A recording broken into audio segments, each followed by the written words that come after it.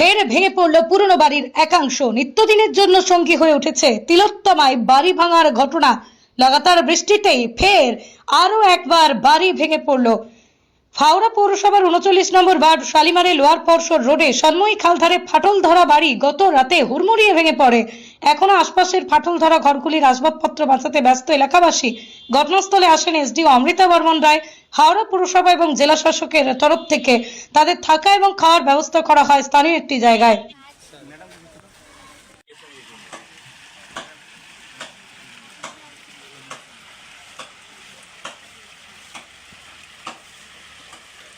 এখন কি কাজ করছো? কোনটা করে নেবে?